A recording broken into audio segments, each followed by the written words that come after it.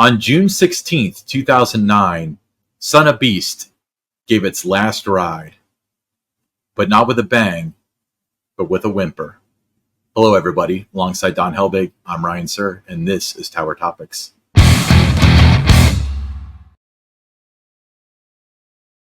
Tower Topics is a podcast by Kings Island fans for Kings Island fans because that's who we are and that's who we care about. Yeah, so Don, you wrote a blog about this on your Theme Parks by Don website, talking about how, unknowingly, June 16th, 2009, the last rides on the Beast roller coaster. Son of Beast roller coaster. It wasn't something that, anybody saw coming.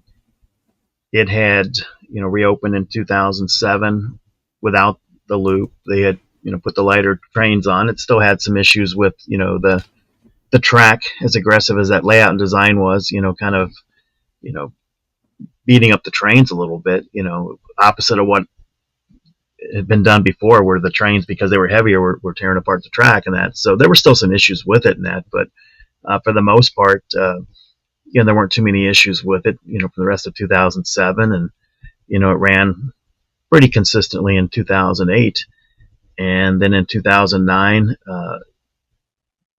at the end of May, a woman had, been at Kings Island. Among the rides she rode was Son of Beast.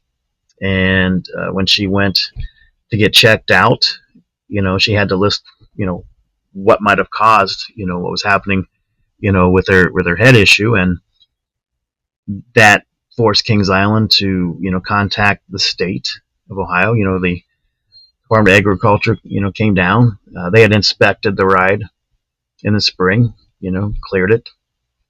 No issues at all. It came back down and inspected the ride. No issues. They determined that, the ride, certainly probably wasn't the cause for this. But the park's general manager, Greg Scheid, this had been a polarizing ride, throughout its whole history at Kings Island. And, based on the history with it and, the park really wasn't seeing a lot of repeat riders. I mean, it was still intense, too intense for the average park guest, rough. Greg, he rode the ride on June 16th and didn't like the ride experience that he got on it. So when he came back into the station, he kind of did the, cross his throat, like, shut it down.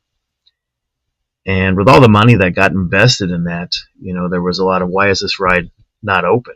A lot of pressure on Kings Island, on Greg Scheid, to open it, especially after the state had cleared it. But when you're the VP and general manager of a theme park, the safety of all your guests, you're responsible for that. Right. And, he said, I remember him saying that, the state might be comfortable with it. Other people might be comfortable with it. I'm not comfortable with it. And then it just never reopened. So we thought, as the season went on, maybe it would reopen at some point, but it never did. And then you get into the next year and they start looking for different, things to do with it because it still was having, its issues and that, couldn't come up with a solve on what was going to work. Different manufacturers, looked at it, made recommendations, but there wasn't anything that was, 100% going to be the solve. And, if you do this, this is going to work. It was, we think we can do this. We can think you can do that. We think wasn't going to be an answer. You couldn't have that happen where you shut it down again. And now you're trying to go for the third time of reopening this ride. So it just made, it was the right decision to demolish it and make way for future park expansion, which they did, with Banshee. I mean, a lot of, there are some guests that love that ride. It was one of the most, picturesque coasters out there. I mean, it's just big, gigantic wooden structure, so it was great to take photos and that from the Midway. It just didn't work. Yeah. I mean, for me, it was, I hadn't ridden it in 2009. I was so excited about Diamondback that I'd completely forgotten about Son of Beast. And then it got shut down very quietly. There have been other incidents with Son of Beast where there was more to it and there was, helicopters and stuff overhead as used to be in the past. This time it shut down and, a while later, it was still shut down, and then a year later, it was still shut down, and no decision's been made, and so on. Um, Now, my first ride on it in 2007, it was a few days before it reopened to the public. It was my first day working there on July 1st. It was like, yeah, you want to go ride Son of Beast? We're getting ready to reopen this. You need to know what the ride experience is like if you're going to talk about it. So I went back and rode it, and I'm one of the few that actually liked it better without the loop. I thought the work that they did in that area, you know, I thought it was fantastic. It was flying through there. 2008, it was still, like I said, a little, more intense in the, for the average park guest, but it was still, doing okay. And then when I rode it in 2009, it was getting a little bit rougher than it had been in 2007. And I happened to ride it on the final day I wasn't on the final train or anything, but I rode it, early in that morning. And, I didn't think anything of it, that this is the last time or it's nearing the end, or there wasn't any that kind of talk or anything until it did get shut down. And then I spent the next, 2010, 2011, most of 2012 just answering just hundreds of media inquiries, just any update on Son of Beast. I'd walk out in the park, any update on Son of Beast, and I had a standard answer, just that no decision has been made, or to be inappropriate to speculate on, what might happen with that ride, because there were no answers. There wasn't any new additional, information that could be had. And when that decision finally came down that we've looked at all the different options, we don't have a solve, we're going to demolish it. I put together the press release and, selected the date that we would announce it, which was going to be, July 27th, 2012. And that was it. That was the end of the Son of Beast story. yeah. So since it looks like there was about 3 years in between it closing. Well, yeah, 3 years between it closing and Yeah, you had over 3 years of 3 years and a month basically of days that the park wasn't, or that Son of Beast wasn't running when the park was open. So would you say that it's fair to say that the park wanted to reopen it? Like that was the intention. They wanted to reopen it, and that's why there was nothing knee jerk immediately where it's like, okay, just tear it down, or You had to anything like explore that. all the options. I mean, all the money that went into that ride, well over budget, to Mhm. open it even back in 2000. Just all the the investment into it. You had to leave no stone unturned. You had to look at everything. Is there a solve? Can we get this open? And there just wasn't at the end of the day. So I give the Kings Island team and Cedar Fair props for trying to figure it out. There just wasn't an answer for it. Yeah, very unfortunate. And it's kind of funny because I remember I was on a podcast years ago, and this was not long after they either tore down Son of Beast or you guys announced that you were tearing down Son of Beast, and they were on there and they were saying you should suggest to them that when they next time they tear down a major ride like that, they should load up the train with explosives and send it through and have it blow up and it knocks down part of the track.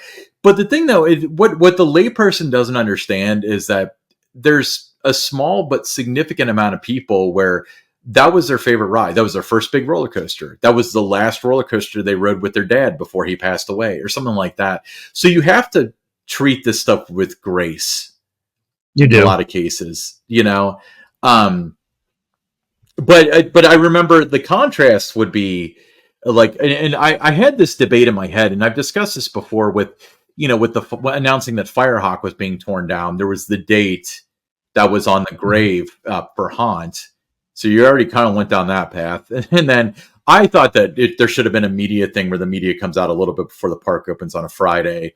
They bring in a casket, they open it up, and the Firehawk logo's inside it.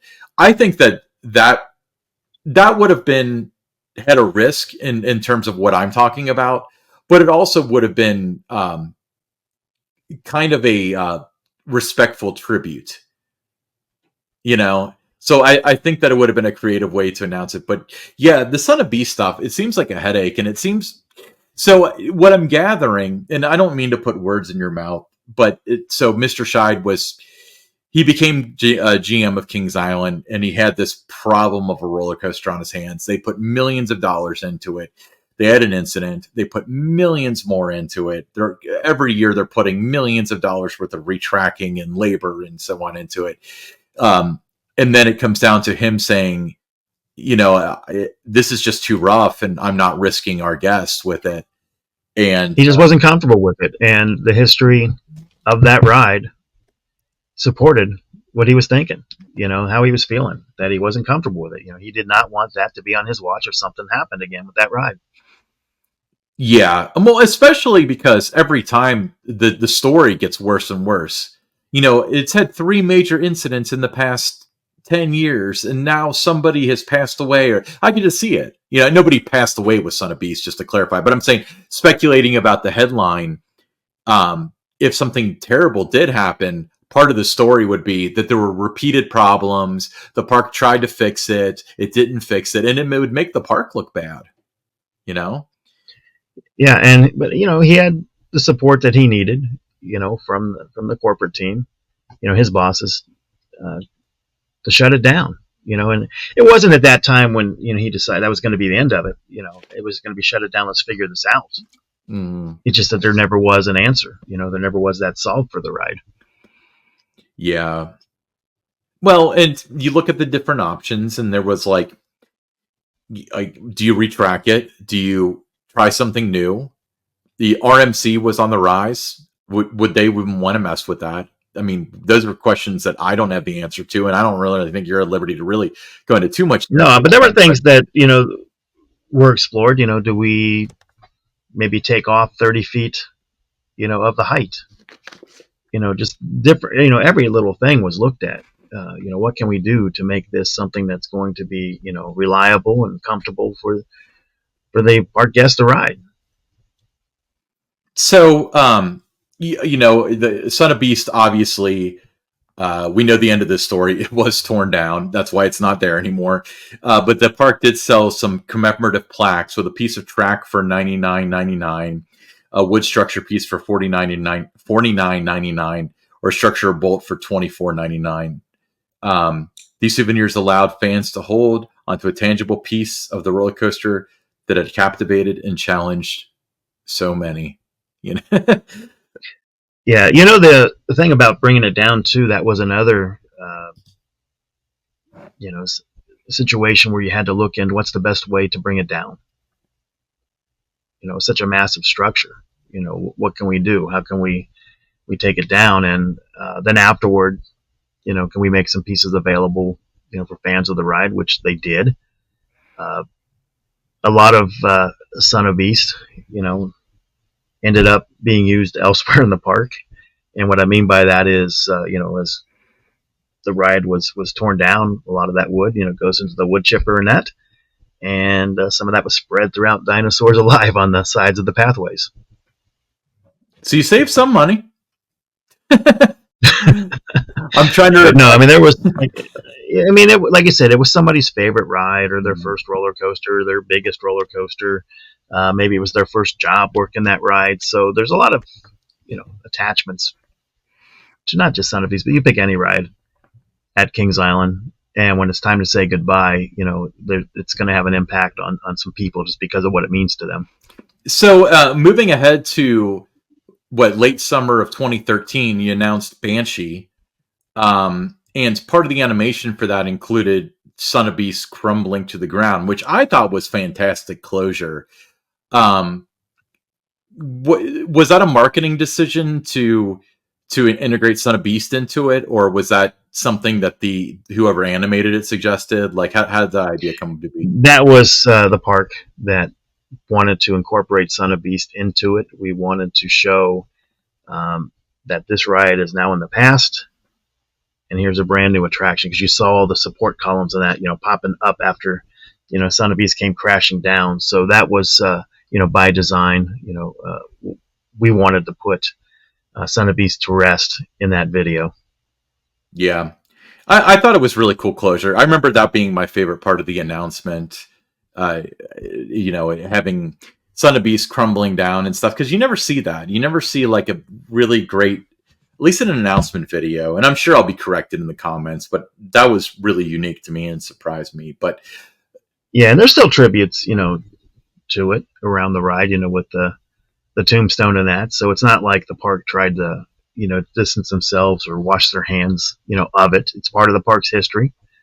Uh, so yeah, I mean, it's still it's nice that there's that little tribute for it. I think that's becoming increasingly popular, either tributes or Easter eggs of old rides. You see that like Busch Gardens does that quite a bit, but Yeah, but that was my first project when I went to Kings Island to become the PR manager. There was reopening Son of Beast, and then several years later, I get to close Son of Beast with the announcement with that, and then I'm involved in the animation video, transitioning from Son of Beast to Banshee. So a lot of my career there was woven into this ride. I mean, I don't know if I would brag about that. Allow me to rephrase myself.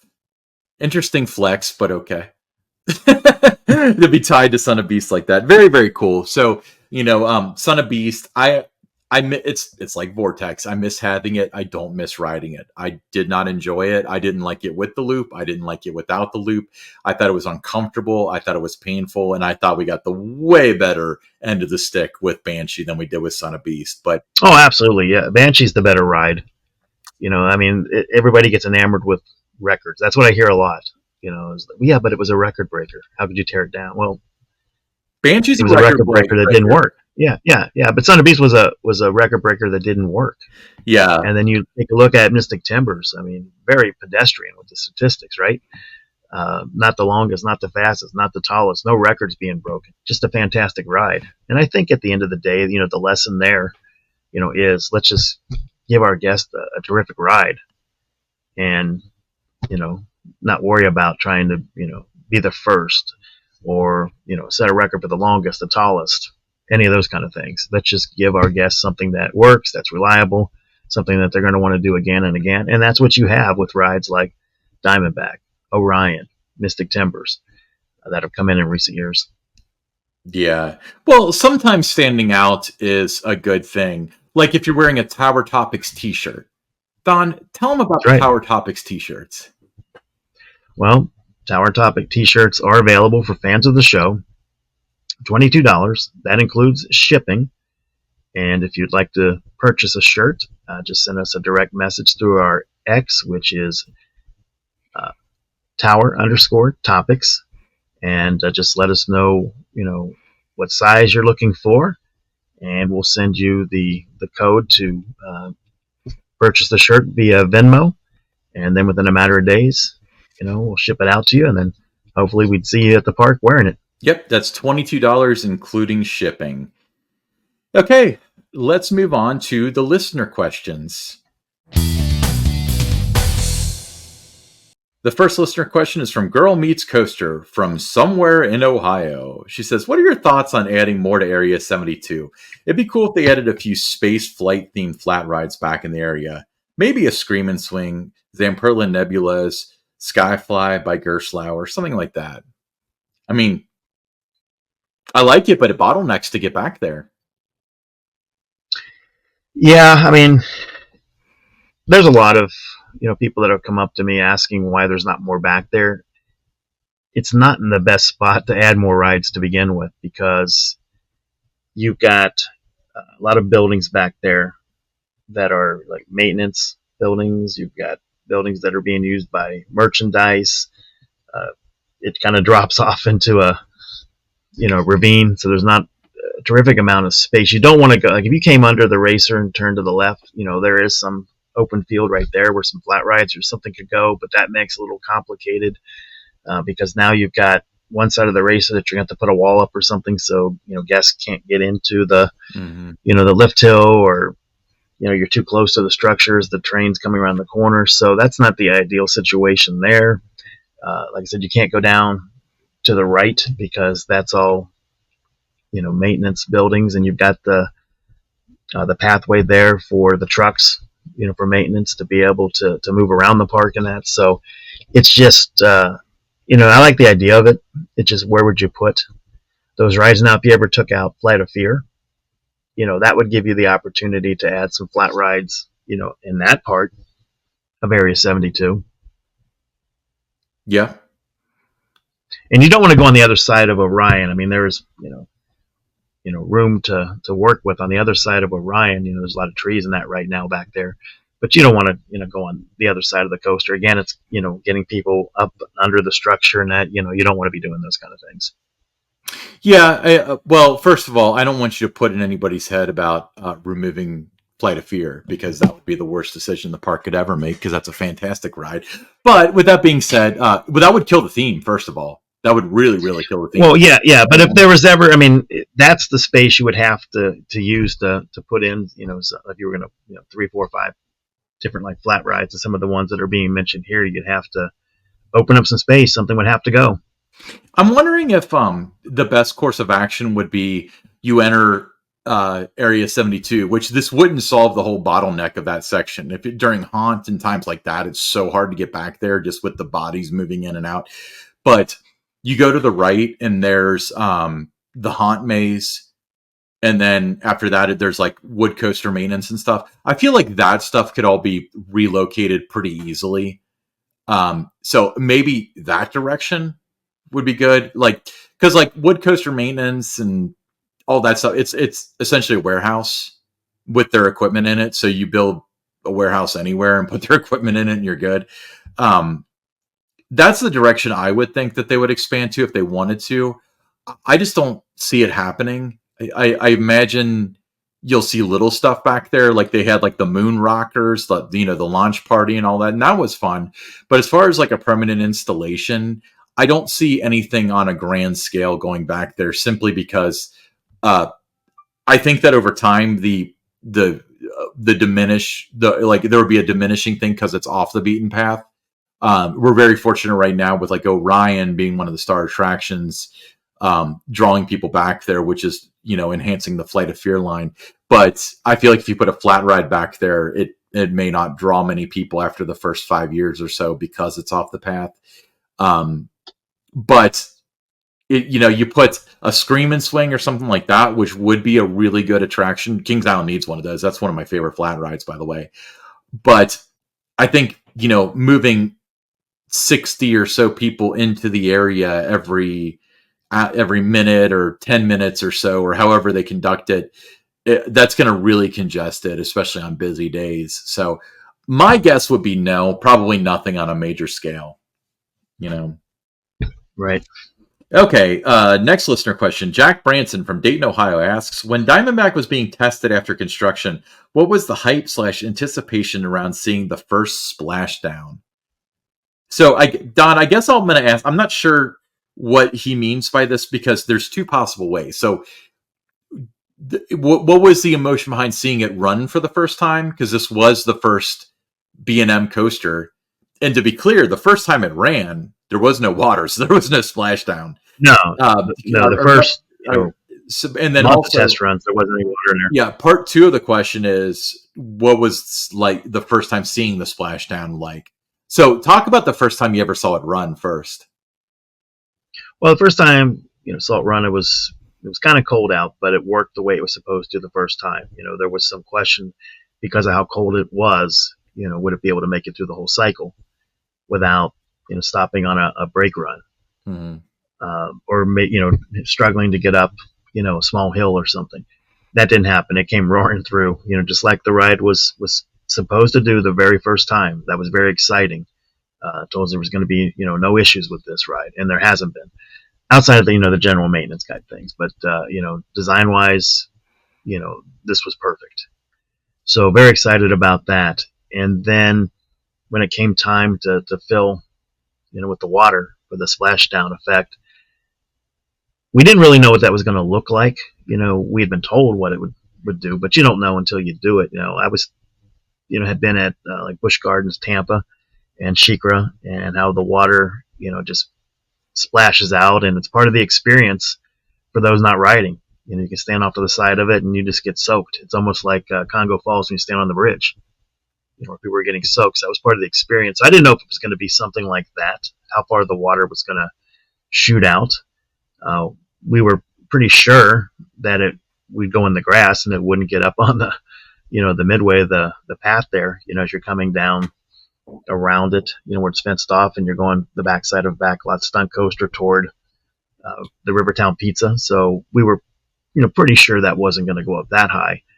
And then the first time we saw it, we felt good about, what was happening, where it was going. It was keeping the majority of the water inside the pool area, which is important. You don't want to just be shooting water out into the grass, and all the time, or out into the midways. So it kind of kept it contained within that area, which was the idea, what we were hoping that it would do. But it's a nice visual. I thought it was, it was going to make for some beautiful photos, especially if you got it at the right angle and you get the Eiffel Tower in the background. So I thought from that perspective, it was really cool to see. Was there ever talk about having a path for guests to get closer so they can get splashed by it, like on Shikra? No, there wasn't any talk about that. Because I remember that was the goal was to try to. We thought it could end up going, closer to the midway area, and we're hoping that it wouldn't. So it kind of stayed where we were hoping that it would. Pretty much the majority of it just landing back into the pool. Yeah, I'm sure it has a ton of loss, but it definitely lands primarily in the pool. And it's kind of funny because they have that specialized paint for that section of the track because it always gets wet, and it's off color a little bit if you look at it. But yeah, that's a very good question. You had me out for when I was running KIC to get photos, and I remember it going through that the splashdown. Yeah, and it would hit the brake run like a freight train. But with that being said, it can run with guests without that splashdown. I remember you and I kind of speculated about it years ago because the splashdown is designed into the physics of the ride, from what I understand. I mean, I guess it has to be. It's part of the braking mechanism. It slows it down as you're going up that last hill into the brake run, so it does, operate in that fashion. But we know it can operate without the water because I saw last year. It was the trough was wet, but it had been drained. This was at the end of the night, and it goes through and just no splash. And I guess it just hit the brake a little bit harder than it was going to. But yeah, it still works without it. Yeah, it works without it. Well, Jack, thanks for the question. Hey, I'm Ryan Sir, along with Don Helbig, and this is Tower Topics.